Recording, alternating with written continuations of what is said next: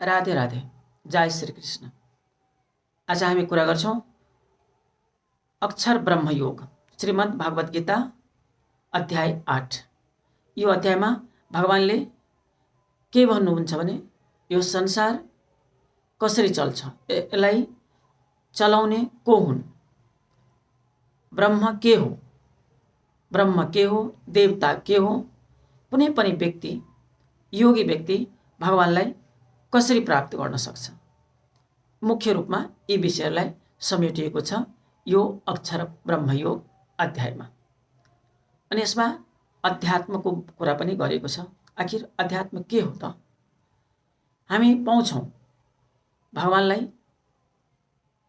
प्राप्त गर्न लागि परेपछि मान्छे प्राप्त गर्छन्, हामी पाउन सक्छौं।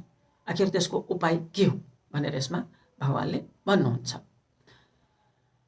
अर्जुनले भने, हे प्रभु, यो ब्रह्म के हो, कर्म के हो, अध्यात्म के हो, यो संसार कसरी चल्छ, कुनै पनि योगी व्यक्ति भगवानलाई अर्थात् तपाईलाई कसरी प्राप्त गर्न सक्छ भनेर अर्जुनले भगवानसँग क्वेशन सोधेछ, प्रश्न राखेछ। अनि भगवानले भन्नुहुन्छ परम अक्षर ब्रह्म हो, परम अक्षर ब्रह्म हो, आफ्नो स्वरूप अर्थात् जीवात्मा नै अध्यात्म हो। परम अक्षर ब्रह्म हो, आफ्नो स्वरूप जीवात्मा नै अध्यात्म हो। अतीतमा गरेको त्याग जसको भाव वर्तमानमा झल्किन्छ त्यो नै कर्म हो। अतीतमा हामीले जुन कर्म गर्यौं त्यसको फल भाव जुन वर्तमानमा हामी देखिरहेका हुन्छौं त्यही नै वास्तविक कर्म हो। सधैँ उत्पन्न र नाश हुने संसार हुन्। संसार के हुन्छ भन्दाखेरि सधैँ उत्पन्न हुन्छन् र नाश हुन्छ, त्यो नै संसार हो। शास्त्रमा जसलाई परम पुरुष भनेको छ त्यो नै देवता हो।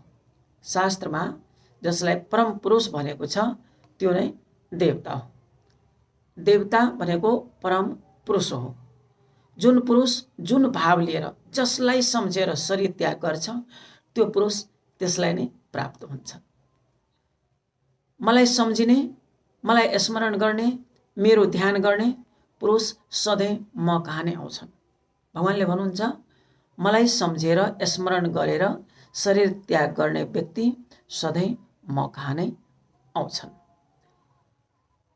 त्यसैले अर्जुन, तिमी पनि मलाई नै सम्झेर मलाई नै ध्यान गरेर युद्ध गर, जसबाट तिमी मलाई नै प्राप्त हुन्छौ। म कहाँ आउने पुरुषको दुख र मृत्यु चक्र समाप्त भइहाल्छ।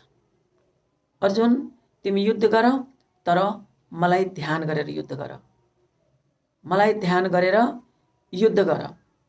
म कहाँ जुन व्यक्ति आउँछन् त्यो सधैँको लागि दुखको चक्रबाट अलग भइहाल्छन्, अर्थात् स्वर्गको प्राप्त हुन्छन्, मुक्ति पाउँछन् भनेर भगवानले भन्न खोज्नु भएको हो। ब्रह्माको एक दिन हजार युगको हुन्छ, एक राति पनि 1000 युगको नै हुन्छ। सम्पूर्ण संसारको निर्माण ब्रह्माको दिनको बिहानी पख हुन्छ र रात्रिको आरम्भ हुन बित्तिकै संसार ब्रह्मामा समाहित भइहाल्छन्। यसरी नै यो चक्र चलिरहन्छ भनेर भगवानले अर्जुनलाई प्रष्ट सम्झाउनुहुन्छ कि ब्रह्माको रात र दिन कति ठुलो लामो हुन्छन्, अर्थात् हजारौं युग बराबरको राति र दिन हुन्छन्। मेरो प्रिय भक्त यस चक्रबाट मुक्ति पाउन सक्छन्। दुईवटा बाटो छन्, परम गति प्राप्ति। दुईटा बाटो छन्, परम गति प्राप्ति र पुनः संसारमा फर्किने। परम गति प्राप्ति त्यस्तो व्यक्तिलाई हुन्छन् जो व्यक्ति दिनको समयमा, दिउँसोको समयमा सूर्य उत्तरायण भएको, जति बेला सूर्य उत्तरायण हुन्छ, शुक्ल पक्ष हुन्छ, यस्तो बेलामा शरीर छोड्ने व्यक्ति भगवानको समीपमा सधैँका लागि रहिरहन्छन्, अर्थात् परम गतिको प्राप्त हुन्छन्। कति रहस्यमय कुरा छन्। यो आजको वैज्ञानिकले पनि यस्ता कुराहरूलाई खोज्न लागि परेका छन् र यो जति खोजे पनि यो सम्भव देखिँदैन। त्यसैले भन्छन् अनादि सत्य हो यो सनातन धर्म, यसको आदि छैन, अन्त पनि छैन, यो सधैँ चलिरहने हो। र यसैलाई आधार मानेर साइन्टिस्टहरूले, आजका साइन्टिस्टहरूले रिसर्च पनि गरिरहेका छन् कि दिवाको समय सूर्य उत्तरायण, दिवाको समय सूर्य उत्तरायण शुक्ल पक्ष, यस्तो बेलामा शरीर त्याग गर्ने व्यक्ति सधैँ मुक्ति पाउँछन्, म कहाँ आउँछन् भनेर भन्नुहुन्छ। एकदमै रिसर्चको विषय छ यो। पुनः संसारमा फर्किने को त रातिको समयमा सूर्य दक्षिणायण कृष्ण पक्ष, त्यस्तो बेलामा शरीर त्याग गर्ने व्यक्ति रातिको समयमा सूर्य दक्षिणायन र कृष्ण पक्ष, त्यस्तो बेलामा शरीर त्याग गर्ने व्यक्ति यो संसारमा पुनः फर्केर आउँछन् भगवानले भन्नुहुन्छ। ल अब यसको लागि साइन्टिस्टहरूले साइन्टिफिक तवरले सोच्नुहुनेछ, रिसर्च गर्नुहुन्छ हुनेछन्। वास्तवमा किन भनेको होला, भगवानले के भन्न खोज्नु भएको?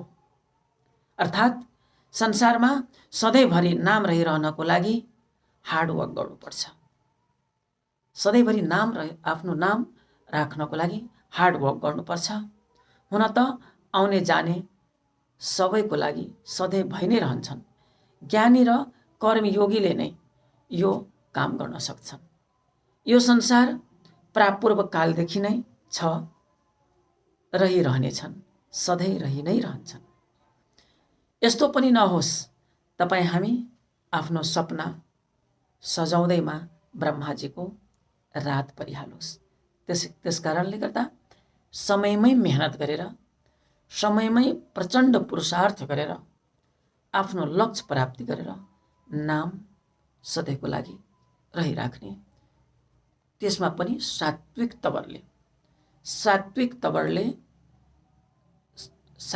कर्म गरेर जुन नाम कमाइन्छ त्यो सधैँको लागि रहिरहन्छ भनेर भगवानले प्रष्ट भन्नुभएको छ। यो अध्याय 8 म डाक्टर शिवशंकर यादव। यहाँहरूले हाम्रो च्यानललाई लाइक र सब्स्क्राइब गरिदिनु होला। राधे राधे।